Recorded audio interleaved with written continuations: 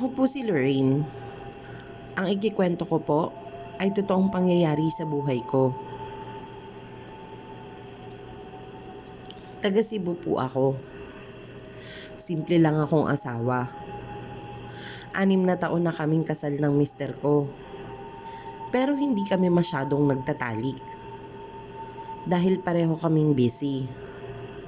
Sales lady ako at siya naman ay family driver.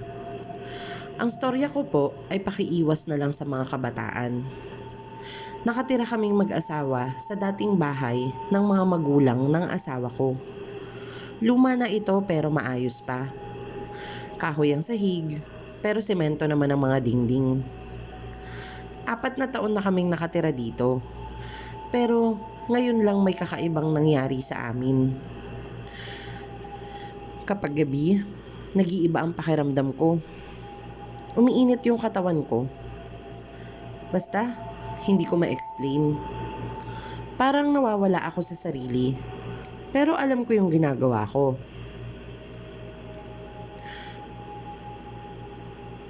Gabi-gabi, niyayaya ko magtalik ang asawa ko.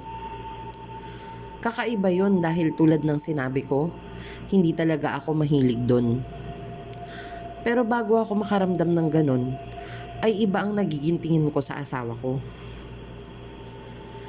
Habang kumakain kami, parang ang gwapo-gwapo niya.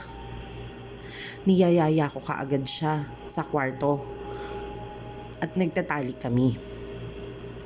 Pagkagising namin, nakita ko ang asawa ko na may mga pantal ng kagat, kalmot, kurot. Tinanong ko siya tungkol dito at ang sabi niya, ako raw ang may gawa. Wala akong naaalala na ginawa ko yun. Kasi tulad nga ng nabanggit ko, boring ako pagdating sa kama. Hanggang sa araw-araw na kaming ganun at araw-araw na rin siyang may mga pantal. Nagtataka na ako at kinwento ko ito sa matalik kong kaibigan sa trabaho.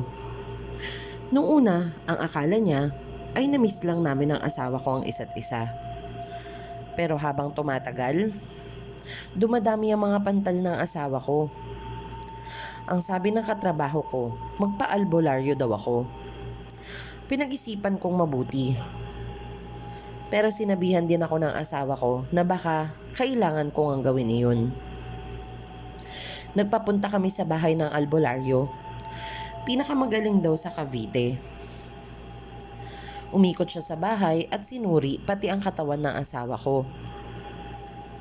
Nagtirik siya ng kandila at pinatak niya sa tubig. Nung una wala naman akong ibang kakaibang nakita.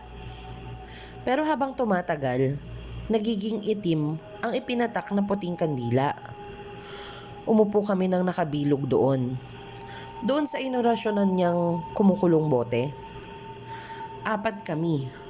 Ako, ang asawa ko, ang albularyo at ang assistant niya.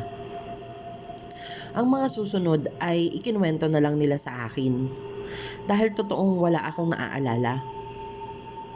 Bigla daw akong nahimatay, sabi ng asawa ko, at tumawa ng malakas. Iba ang boses ko at sinisigaw ko daw ang akin lang siya habang dumidila-dila pa. May tinutok ang albularyo daw sa tiyan ko at bigla akong nasuka. Kulay green. Kitang-kita ng mga mata ko. Pero wala akong naaalala. Ang alam ko lang, pagod ako. Dinasalan ako ng manggagamot at binigyan kaming mag-asawa ng pangontra. Pati na rin ang buong bahay. Simula noon, ay naging normal na ang lahat. Naging mas matibay kami ng asawa ko at hindi na kami nakakalimot magdasal at magsimba.